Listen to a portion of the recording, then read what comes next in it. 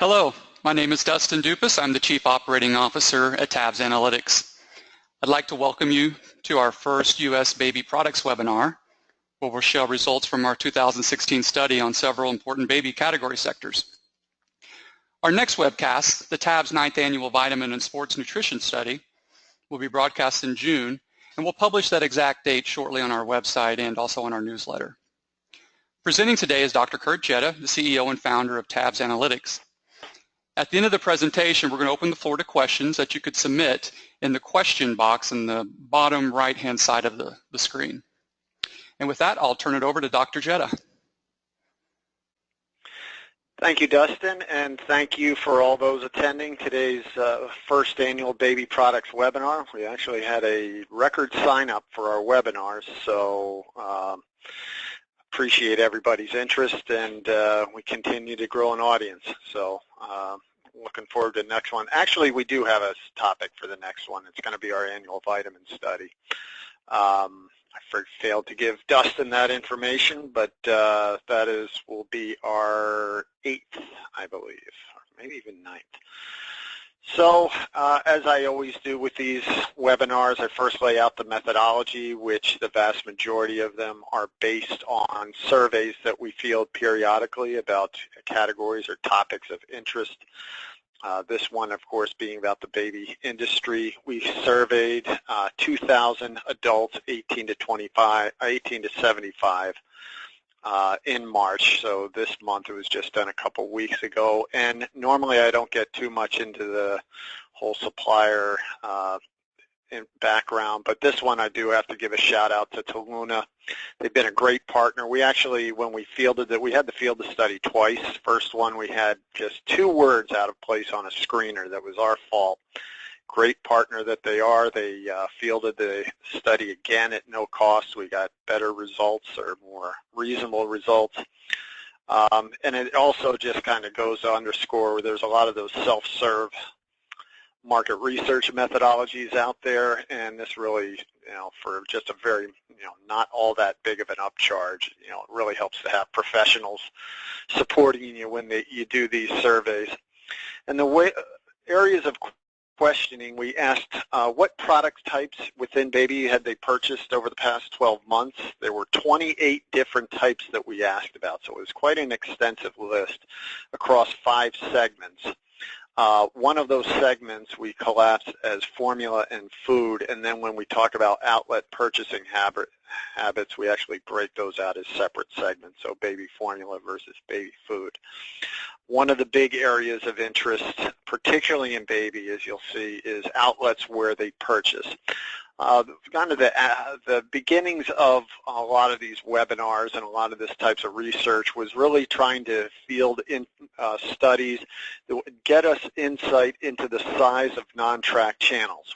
Almost all of us have visibility to the mass market, the food, the drug, mass, club, and dollar stores, either through Nielsen or IRI or other sources. But there's very little data out there, and what data does exist is very difficult. A lot of it is incomplete or inconsistent, and so what we have found is a very reliable, consistent methodology to track not only specialty channels but also e-commerce as well. And then we also looked at a couple of the key demographics, the households with young children that we're defining as age 0 to 5, and then household income. When we do our research, we do want to make sure that it does validate against, not only has internal data validity, so making sure respondents are asking questions consistently. They can't say they don't buy a particular segment and then all of a sudden say they buy regularly at Walmart, for example. So we check for that, but we also try and corroborate, not try, we must, or else we can't field, and that's actually why we knew we had a problem with the data the first round. It was not corroborating with external industry sources, and so we kind of got to the root of the problem, refielded the study, redid the validation work, and fortunately everything lined up as we would have expected. There's also times where we know there's over or understatement in the responses numbers. We know that certain demographics tend to over or understate.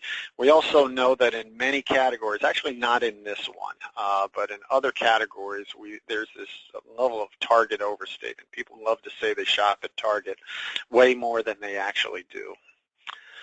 So let's get right into the data. Who's buying the category? Well, of course, it's households with young children. Who else would it be? I mean, come on.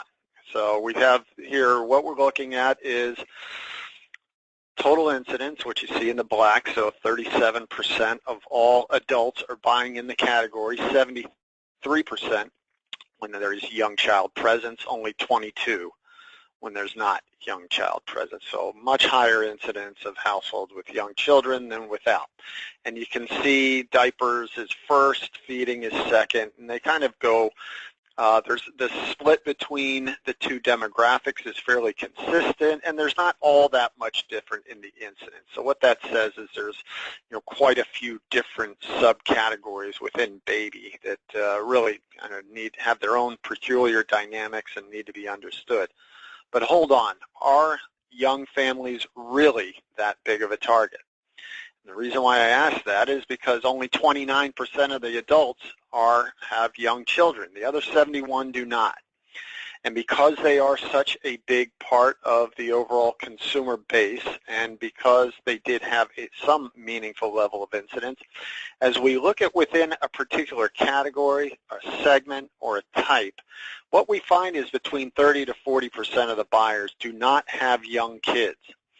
And everything that everybody seems to do in this category only considers young moms, households with children. Certainly, we just saw data that says they are a much, much bigger target, but that's not to say that there isn't significant sales elsewhere. I mean, segments that have over 30% or around, in the high 20s, that is a meaningful category across just, the narrow target. Now, that's also not to say that households with kids aren't much heavier buyers. So the average number of types, and remember we asked about 28 of them, they're buying about 8.5. Whereas if you don't have a child in the household, you have one specific area or one type that you're buying, whether it's, a baby lotion or diapers as you're a caregiver or some type of safety gate if you're a grandparent, or gifts, or any number of reasons, but they are in any specific category. They are a meaningful part of those sales and need to be considered. As we look at incidence now by type within segment, so I won't get into every single type here, but I'll just kind of show you how many different types they were for each of the segments. So diapers, for example, is not only just diapers, but baby wipes, disposable diapers, diaper bags, training pants, and diaper disposal system. If you look across all of these types, there's this really interesting pattern based on income. And so it's hard to see probably for you watching this, but the lowest income here is $25,000. There's 2, 3, 4, 5, 6 income breaks, and the highest is $125,000 plus. The vast majority of them peak at the 100 to 125 and then dip. But all of them have much higher incidence in purchasing at the higher incomes versus the lower incomes. And usually that variance is 2 to 1. So there's this very strong skew toward higher income in the category. And you say, well, how can that be? I mean, families without a lot of income still have to buy bottles for their baby and, diapers and all the other things. I mean, to be honest, I don't specifically know why that is because we didn't really ask it. Here we're just trying to get some basic background information. What I can surmise is they have a much higher incidence of receiving as gifts, or they are more likely to save and use them for additional follow-up children. It really begs to be understood much better by marketers. I mean, as much as we'd like to in these webinars answer all the potential questions that come up, what we can do is raise specific issues and questions that really deserve to be answered. As we look at the final two segments, baby needs had really the flattest incidence, and that would be primarily, I would surmise, a function of the fact that you get people using many of these products for things other than just for small children. But then the most extreme, in addition to pacifiers, you see the baby food, for example, really high skew. Now you wouldn't have, particularly with the WIC program and many other things that are available, that low-income people would be in the market at higher levels, but that's definitely not the case here. Some of that is skewed by older consumers, like much older in the retirement age, tend to skew low income, and there, of course, aren't in the category, but that only explains part of it, not even the majority of it. So where are these products being bought? Well, we know that 9 in 10 of shoppers of any given segment are buying in the traditional bricks and mortar, whereas e-com penetration differs by segment, but it varies between 27 and 36%. And so what we're looking at here is blue is what percent of the buyers buy only at bricks and mortar. Red is who buys in both online and bricks and mortar, and then who's exclusive to only e-commerce. So we still have very few exclusive online shoppers in this category, and why that's very, very important is this category, and this is from external industry sources, and we'll corroborate that in a minute, but this is the category that has about the highest share of online sales in consumer packaged goods. So the fact that we still have such a low percentage of exclusive buyers means there's just such a long way to go for online shopping. I mean, the hype is still way past the reality. That said, this is a pretty strong reality for purchasing. So this is what we're looking at here is share of mentions. And so those of you, let me just explain that measure for a second, because we use it in virtually every webinar we do to estimate the size of the market. So what we've shown in other webinars, and I encourage you to go to our website and look at a few of them to maybe if you want to understand the methodology a little bit more, is that we have been able to correlate the percent of mentions for a specific outlet to the share of occasions through household panel data. However, in this particular survey, because we were asking about so many different types, we did not have the ability to ask where people regularly shop, not just that they shop at all. Therefore, you see this little note here, share of occasions in e-com for high repeat categories such as diapers will tend to be lower than the share of mentions in this research. So in this research, we have 21% of the people buying online, 19% in specialty, the remaining 60% are bricks and mortar. And you can see Walmart #1 at 17, Target at 13. If you throw in BRU, TRU, Babies R Us, Toys R Us, that gets us to about 50% of the total buyers, the trial or penetration mentions. So this online is probably, in reality, if we had asked about regular purchases, would probably be more like a 15 share. But that's still very high. I mean, that's at the high end of anything we've ever found. And you can see also, and this will be consistent across all the segments that we look at, Walmart and Target are meaningful competitors. Diapers.com is also a meaningful outlet because that is total share of all outlet purchasing. Or mentions, which is, now on feeding, low repeat, we would expect that this number would align much more closely to its actual share of occasions because there's just not a whole lot of repeat purchases for a particular type in feeding. So if I'm buying bottles, the majority of consumers buy bottles once. They don't tend to buy multiple times. And so here you see online's 22, specialties also about 22, and you'll see that consistently, 60-40 split between mass market and specialty/e-com. I mean, Walmart, Target, still very big players. I mean, obviously 70% of or more of the buyers in any given segment are purchasing at Walmart. For Target, that number is 50. Also note how the Target size relative to Walmart. I mean, it's really close. It's only about 20 to 30% below, sometimes as much as, Walmart's 50% higher. Remember, the norm in about any other CPG category is Walmart's about 2.5 to 3 times bigger than Target. And one of the big reasons for that is we saw earlier that demographic skew toward high income. And that's the biggest reason explaining why Target has such a high share of baby. They just tend to appeal to higher, more upscale consumers. And that's, I'm sure, one of the reasons why their CEO, Brian Cornell, listed baby as a priority category, a targeted category for them.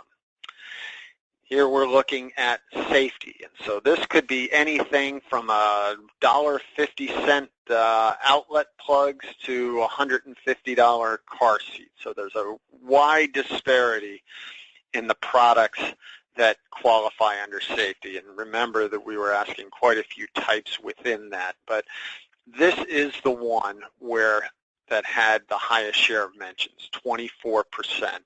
Of all the mentions of where people buy are for online. So this was an area where it was number 2 ahead of specialty. And then we see Walmart 6%, Target 4%, diapers.com 3%, and then some of this other e-com would be Babies R Us, Toys R Us, and there's quite a few other ones that actually garnered a meaningful share. So baby purchasing online, it tends to be more fragmented with more meaningful size domains and shopping outlets.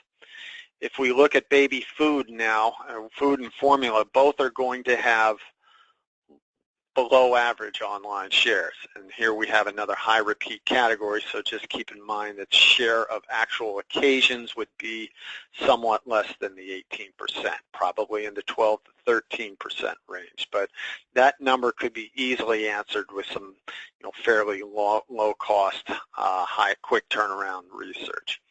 Here is the formula I alluded to, right around that 19%, another high repeat category, a below average rate. So these two, food and formula, tend to be more skewed toward mass market. And you will see Walmart's share be larger here. You'll see grocery being a meaningful player in food and formula, as you would expect with any type of food product. And then finally we have baby needs, which is baby powder, baby lotions, baby oils, all the ointments, etc. And again, this is the lowest online share at 17.6, and it's one that skews more toward mass market. So is there a common denominator through all this? Is there something we can learn? And let's kind of take a look, first of all, at how these then break out, mass market versus specialty versus online. So the green is the share of mentions for online, and so they are deliberately sorted lowest to highest. Here's the specialty, which doesn't have a consistent correlation. I mean, generally correlating to, I should say there is a correlation, but there's also this degree of variability, and then mass market, which you see coming down significantly. So there's a difference of 10 points from the highest food to the lowest safety of sales done in our mentions done in mass market. You can see then that these trends are driven by the larger segment, which you would expect, households with kids, but that also then would tend to be a function of kind of more engaged in e-commerce. But note how these numbers in green aren't all that much higher for households with young children and households without young children of those that are in the category. And so the shape, the pattern differs a bit, and so the purchasing patterns tend to be shaped by these, but in the absolute terms, there's not a real dramatic difference between the two groups. Nothing that I would particularly say, hey, is worthy of a whole different channel strategy for one target versus the other or anything like that. So as I mentioned earlier, what drives e-com share? And so this is, at this point, a hypothesis that could quickly evolve with more data into a theory, and then potentially even, if somebody wanted to tackle it, a law. But what I'm talking about is e-com share and all the work we've done, and Baby really kind of set the stage for this and kind of got me to thinking, because we do have data, and that I'll show you in a second, on it's a function of share, function of purchase frequency and price. And so up here, if I'm in this quadrant right here, I'm high price, low frequency, and the size of the circle is the share of mention. So you can see that the highest share is safety, and that's the biggest circle, and that's the one that has the highest price and the lowest frequency. You see Baby Needs, that is low price,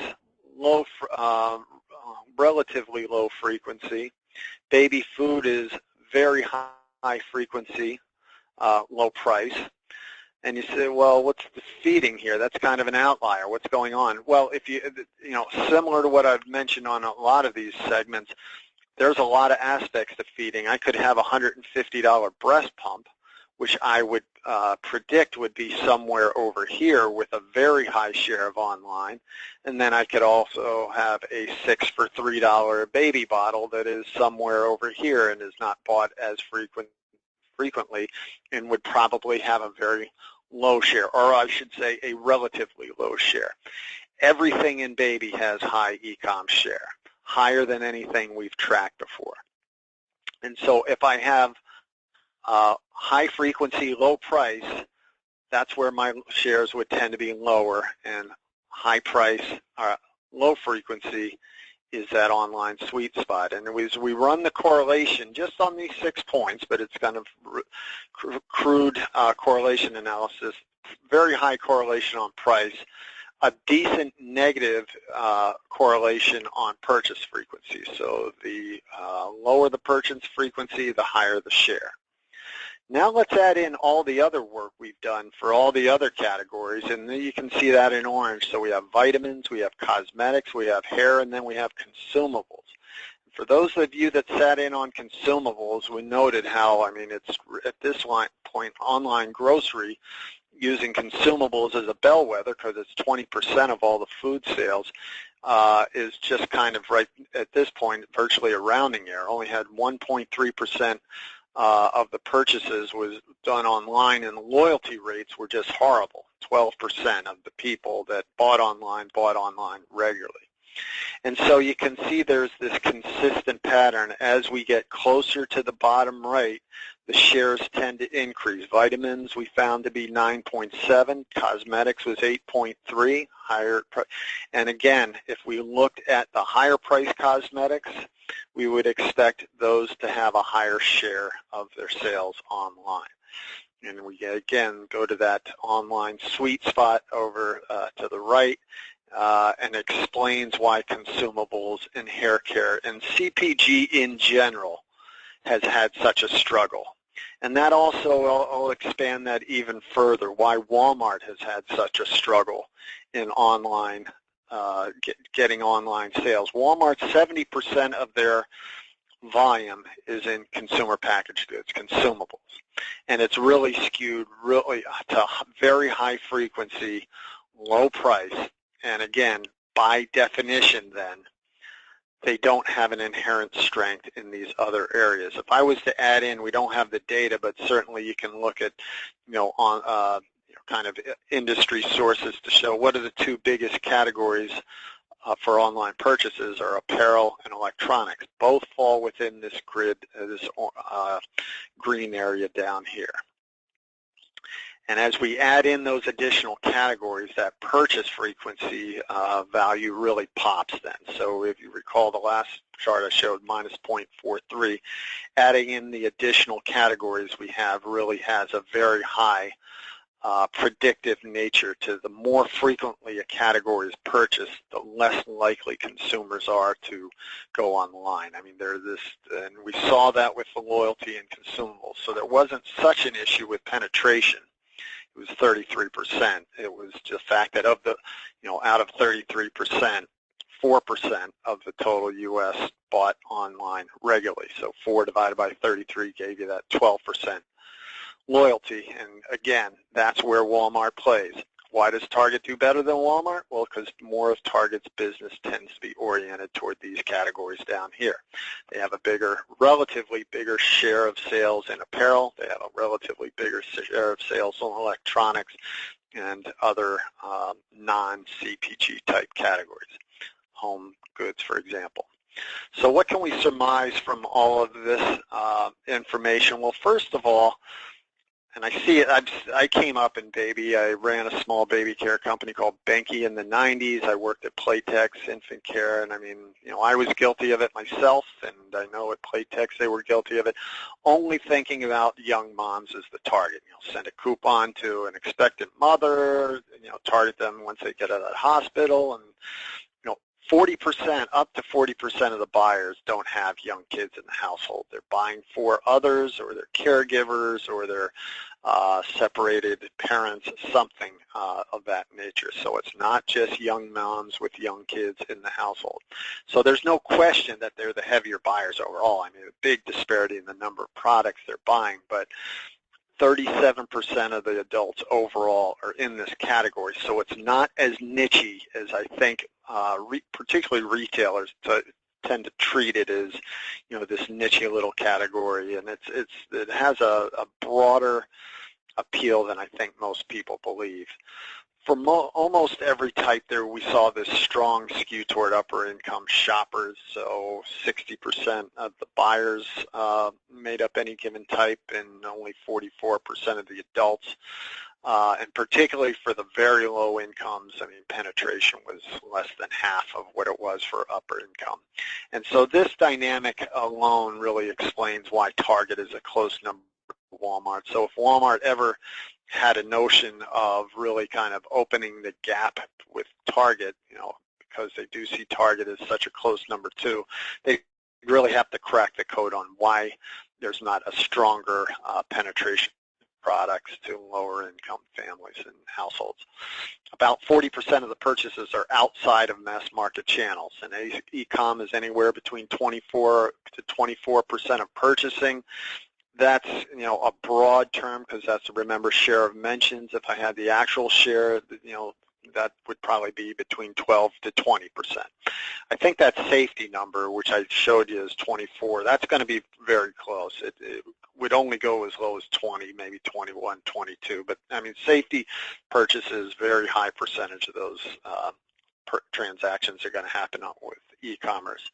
Walmart.com and Target.com are meaningful players in baby, 5 to 10% of sales based on our estimates, because you also, the nature of e-com is not only are, you know, you get the transactions, but those transactions tend to be higher per, you know, per purchase than done in brick and mortar, because you tend to want to gather up all your purchases at once.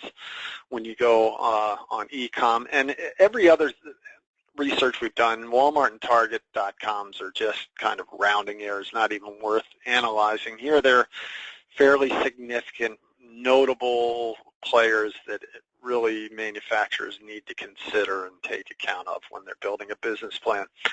There's this high correlation, and that's probably the biggest thing to come out of this, is really kind of identifying this correlation between online share by segment as positively correlated to average price and negatively correlated to purchase frequency. So to the extent that you have a premium product, that you would expect to see higher sales in online versus lower price products.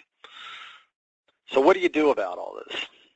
So first of all, I would recommend, I mean, 40% is a lot.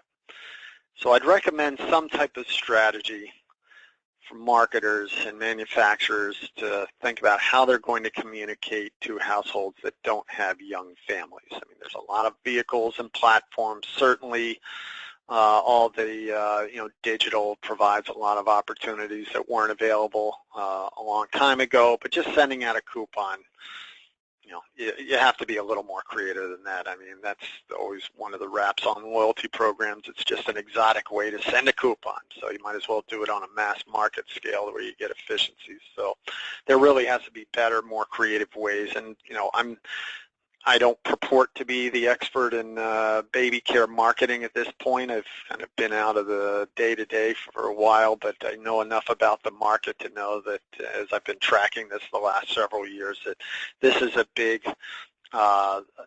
opportunity for somebody that wants to try and talk to these consumers, because everybody's talking to the young families.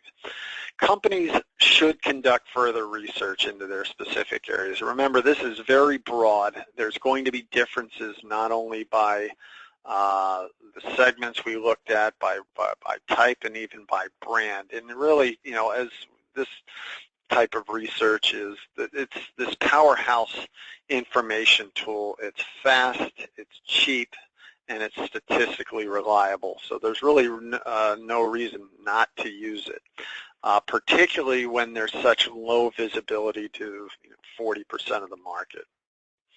So one of the things that would be well suited to answer is what accounts for the income skew? Why don't lower income consumers purchase the category at nearly as much?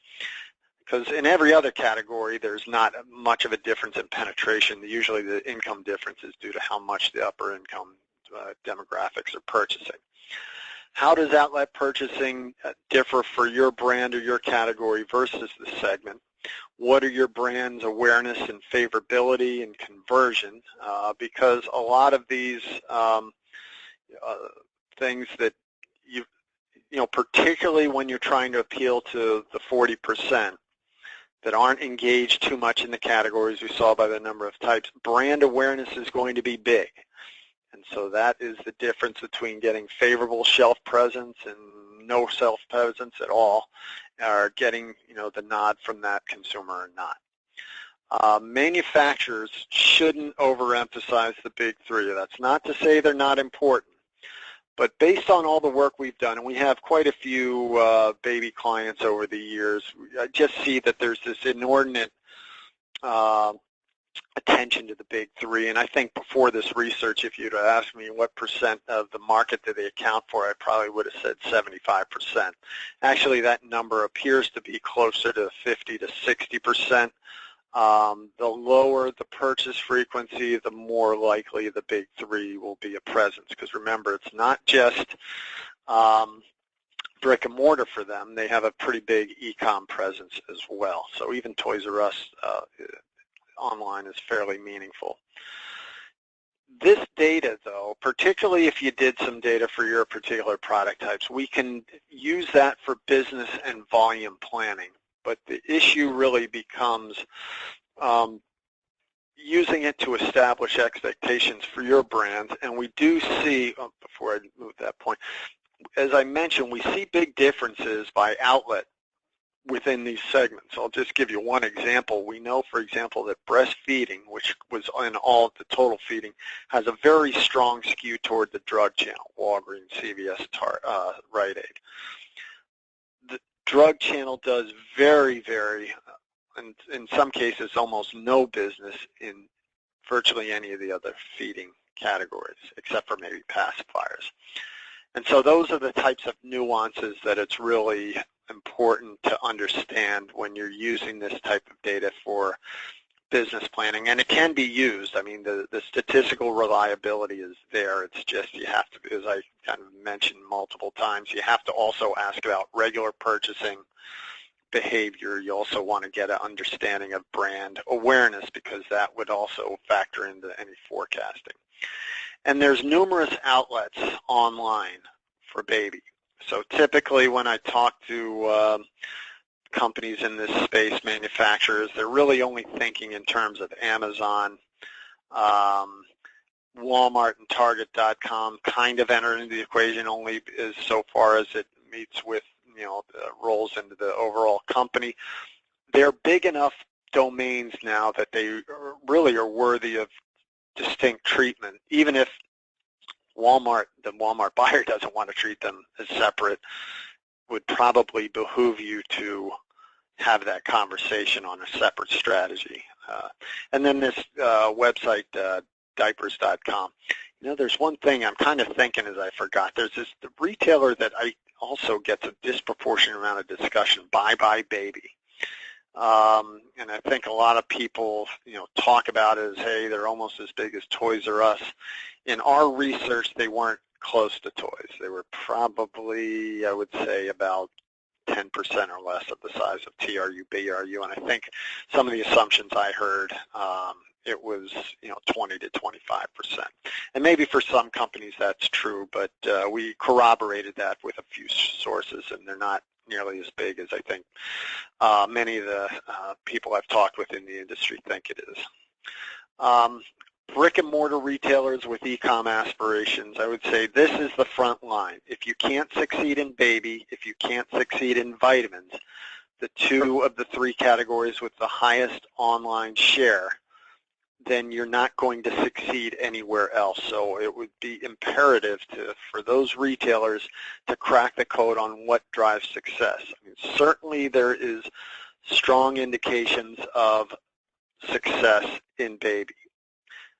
What we saw, though, in vitamins, for example, Walmart, number one retailer, number one outlet by far, brick and mortar, their online was pretty much, you know, 3% of 10%, so 0.3%. So, I mean, it was, you know, asterisk status.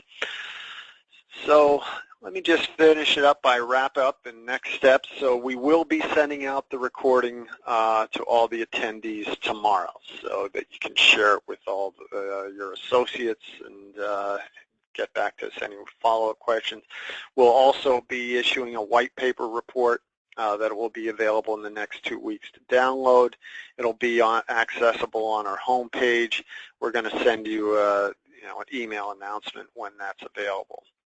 If you're interested in a deeper dive, we do those afterwards. There is a cost associated with it, but as I've mentioned numerous times, this type of information platform is quick, cheap, and statistically reliable. So it is absolutely something that if you have a big review coming up, it's definitely something in your arsenal you should be looking at because it will give you and your buyer the most complete picture of what's going on in the industry because it's just not available through kind of the standard industry syndicated sources.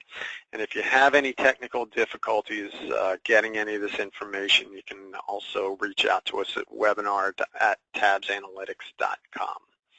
So with that, I'm going to kick it back to Dustin and thank everyone for attending. All right, thanks. Down at the bottom right-hand side, we have a section called questions, and it looks like we've got about 9 or 10 of them out there now. Kurt, did you want to blow that out and read them, or would you like for me to read them? Yeah, if you could just read them, because it's kind of hard. Oh, okay. I can only see one or two. What's included in the feeding section category? There's reusable bottles, disposable bottles, sippy cups, breastfeeding. Actually, why don't I pull it up? Bowls and plates and utensils, all the breastfeeding, nursing pads, pacifiers. Those are all the types that we asked about. All right. Can you do the same kind of analysis for both brands and segments? We can do it. I mean, one of the couple issues. First of all, sample size, just overall. So that may entail a modest upcharge. But if you don't have the awareness for your brand of interest, then obviously we're not going to be able to do any analysis or predictive work on it. But it absolutely is something we can and have done for brands as far as projecting their outlet sales by outlet and predicted market share and performance at other types of retailers. How would you explain a low price, low frequency category like feeding to have such a high share? That's a good question, and that's probably one of those things better answered more completely in follow-up research, but my hypothesis is just in general, baby skews very high online. A lot of it has to do with the age skew. So I didn't show the age skew on this one, and we kept it to the families. But if you look at kind of the when penetration really drops off the cliff, it's like after age 44. The 45 plus, the penetration goes from like 40 down to 17 or something. So there's definitely this predisposition with the target market to shop online. And to be honest, I am confused as to why this one so much more than all of the others. I think it's, the nature of just baby in general. It's harder to get out to stores. Maybe one of the things, kind of the whole convenience factor. But those are some hypotheses that I have.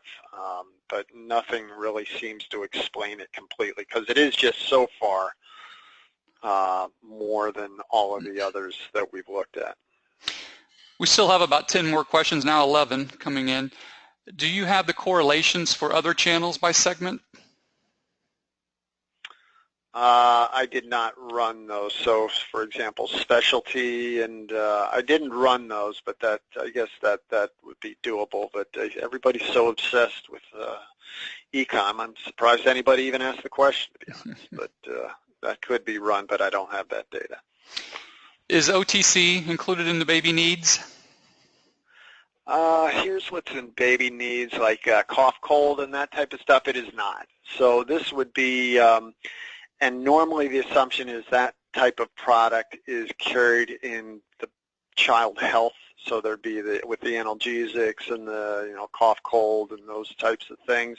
I've seen a few places where they're merged with all baby, but yeah, that was not part of this.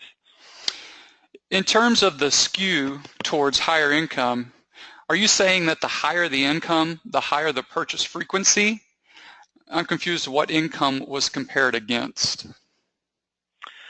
The income is compared against the total, and frequency was not asked, but I would infer that the frequency, there would be a difference in frequency as well.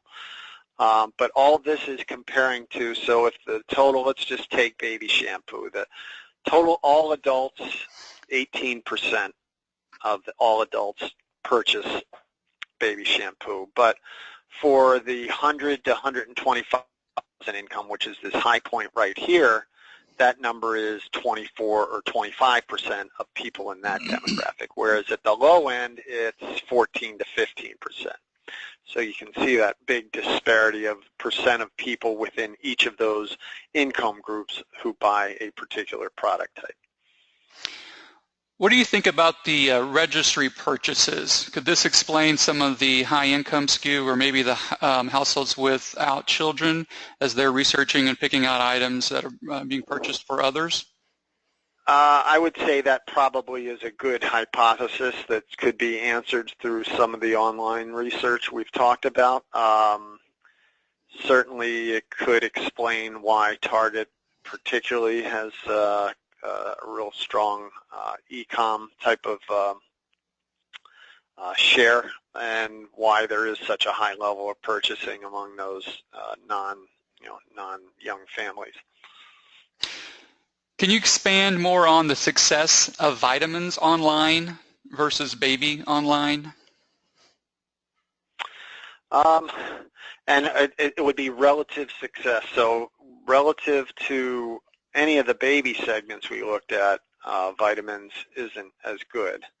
But within vitamins has kind of the same types of characteristics. So although I speak of vitamins in totality, there's 50 different types of vitamins, and each one seems to have their particular dynamics as well. So multivitamins, melatonin, fish oil, probiotics, etc. Those are all kind of little subcategories. And so each one of those is, even though vitamins in total has a relatively high frequency, a particular type has low frequency, only bought about 2 times a year, if that. And so I would guess that it is that infrequent nature of any particular type that is driving the higher share, so that people maybe or kind of loading up on multiple, kind of driving a big basket and buying multiple types when they get online to purchase or something like that. What is the income demographic for the online purchasers? And before, actually, one other note on the before I answer that question. Also, vitamins has that big disparity in price. You know, I talked about how feeding, you could have a $150 breast pump and a $2 baby bottle. Vitamins, same thing. I could have a $50 bottle of joint relief glucosamine chondroitin and a $3 bottle of vitamin C. We would, under that framework, again, predict that the CoQ10, that's a very expensive, the glucosamine chondroitin, very expensive, would have a higher share of sales going to e-com than the lower priced vitamin C products. So the next question again was what? It was what is the income demographic for the online purchasers? Did you capture that? You know, that is probably, as somebody asked, we have it, and as you know, the question, you know, what accounts for that high e-com and all that, I would say that the income skew probably accounts for a lot of why baby is so high as well, because we know that more affluent customers are much more likely to shop online. We do have the data, don't have the, have it right offhand, but it's something, if you want to follow up, we can certainly pull. How would you target the male consumers? CPG companies tend to focus on the mom. Is there any data on how to target dad? And do you think this is important? I definitely think it's important. I mean, almost every, let me just kind of, target tends, let's define what we mean by target. Because most people use target as receiving a disproportionate amount of attention or communication, and I'm not suggesting that at all to men. But what we do know is men are always a bigger part of a category's buyer base than people really think. So they are worth communicating to. The easiest way to do that is through the loyalty card, because remember, you don't want to just go to households. You really want to go to shoppers specifically. And this would seem to be one of those areas, and as people are looking at how to leverage all this loyalty card data, that would be one area that could be utilized, because if you can see some kind of behavior in men, or build a model to predict if they will be in the category, which usually is kind of once you hit baby shower season and all your friends, I mean, you've probably, a lot of us listening to this have hit that period in our lives probably, that have families where it just seems like everybody's having a shower or everybody's getting married, or those types of life stages. So that's where men would come into play, is that gift-giving type of purchase. Do you see any particular differences in the number 2 and 3 players, Walmart and Target, on how they execute their e-com strategy? Well, I mean, Target has made a deliberate strategy out of it, so I'm inferring that they're putting extra focus on it. They probably give extra ad pages in their circulars. They probably have more email communications. I know they have a much broader assortment online and in-store. I'm really not familiar with what Walmart is doing in this area, or any area. I mean, all they really kind of talk about is they're investing in e-com, but it's not clear where they're really placing their bets as far as segments go. Where would baby gear fit into this data, like diaper bags, diaper changing pads, head supports? Well, diaper bags are under diapers. A lot of the gear, so if you look at car seats, strollers, monitors, safety gates, most of it is in that area.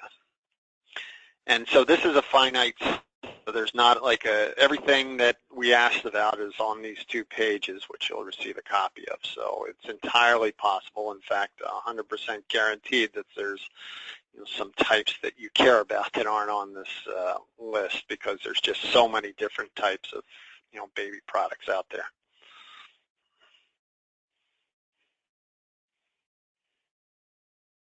Anything else? Sorry. What kind of insight do you have on the baby OTC that's often stocked in the baby section? An example would be the Highlands Little Remedies, Mommy's, Bliss cough syrups, etc.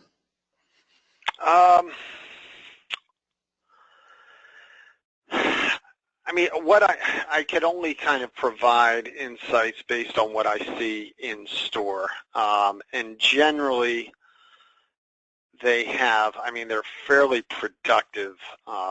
It's always struck me as a fairly underrepresented area, particularly for cough, cold type products, not so much the analgesics.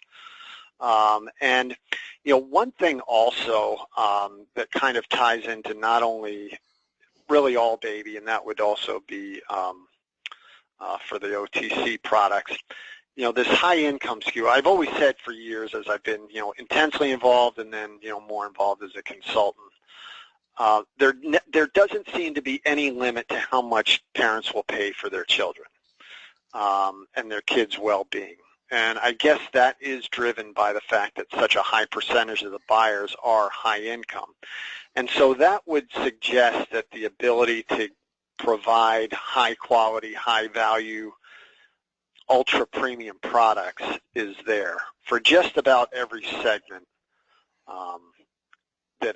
that has a baby as the primary user. Okay, we have just a few more for households without young children. Do you have a buyer breakdown by feeding segment? An example, the differences with HHS without young children buying between bottles versus breast pumps versus pacifiers versus sippy cups. Yeah, we do have that. Again, it's not within this deck, but that's certainly, if you wanted to kind of send a follow-up request, it's something we could pull fairly easily. Do you think that the high prices of pumps is what's driving the share numbers in feeding? As far as why so much would be online? Or what? Ask that again? So do you think that the high price of pumps drive the share numbers in feeding? Overall. I would say yes. Almost definitely. We don't have it for sure, but I have seen other data that shows a pretty high percentage of breast pumps online. There's also a high percentage of that is, not young moms. It's bought as gifts from grandparents, caregivers, etc. So that's kind of a fairly popular shower gift. But yeah, I'd say that's the driver. We've got 2 questions left. In terms of income incidence, wouldn't this be skewed if a percent of high-income households are having children versus lower-income households? I think the opposite is true, though. As incomes increase, the number of kids decreases, and I think it's fairly significant, if not dramatic. Okay. So I don't think that's accurate. What cross-merchandise, example, like FemCare, could be used to attract the baby category consumer? So I guess the question is, what other kind of cross-merchandising options are there, like a FemCare? I mean, the first thing I would say is just in-store placement would be the biggest thing. So we've done a lot of space optimization, space adjacency work for just about every retailer out there through a retail work service. And there always is this high affinity to those 2 sectors, and I would say probably 50% of the time they're at opposite ends of the store. So you're kind of putting the burden on the core shopper to walk the store and actually not just want to leave. So that's probably the first thing, is to make sure that they are taking advantage of those affinities that they're in, adjacent aisles, and if possible, even get them in the adjacent, in the same aisle. There's also, I guess, and this is where the expertise of a marketer versus me just spouting off a bunch of things, but obviously there's kind of cross-promotional opportunities, there's cross-advertising. I know at Playtex we had just the fact of the branding itself with the Playtex brand on FemCare as well as Baby helped quite a bit. What I would also say is that if you this would help also to understand your brand awareness and favorability, because if you don't have a lot of that, then there's really not a whole lot you can bring to the party in any type of cross-promotional arrangement. You want to both be aligned with, companies that, and brands that both have the power to bring, some buyers to the party. And we did have one other last question. Was there a percent of Hispanics within the 2,000 adults surveyed? There was, and I think the number, there was, what that was interesting to us as well is there was not a strong skew toward Hispanics like I was expecting. There was African Americans was well below average, and I think that was more a function of income than it was any type of racial issue. But Hispanics had very similar purchasing patterns. I mean, there may have been a few differences for some of the types, but as far as at the segment level, in fact, that's why we didn't present any of it, because there just wasn't any meaningful differences worth noting. And that's all the questions that we have. Oh, nope, we have one more. How different would the Canadian market be from the U.S. market? Well, if we use the consumables survey as any benchmark, it would be very, very similar. I mean, there's going to be, I think, some of the outlet profiles would be somewhat different, but I mean, the two markets were remarkably similar, and I would expect it to be the same thing here. The one difference as far as thinking now retailers is Walmart is not as big of a presence there as it is here. There's no Target there, so that definitely would affect things. So you'd probably tend to see a bigger percentage of transactions going on in like food and drug outlets, but I would expect then, because of that, e-com might be disproportionately large. And it looks like that's it for the questions. Okay, thank you. Thanks, everyone.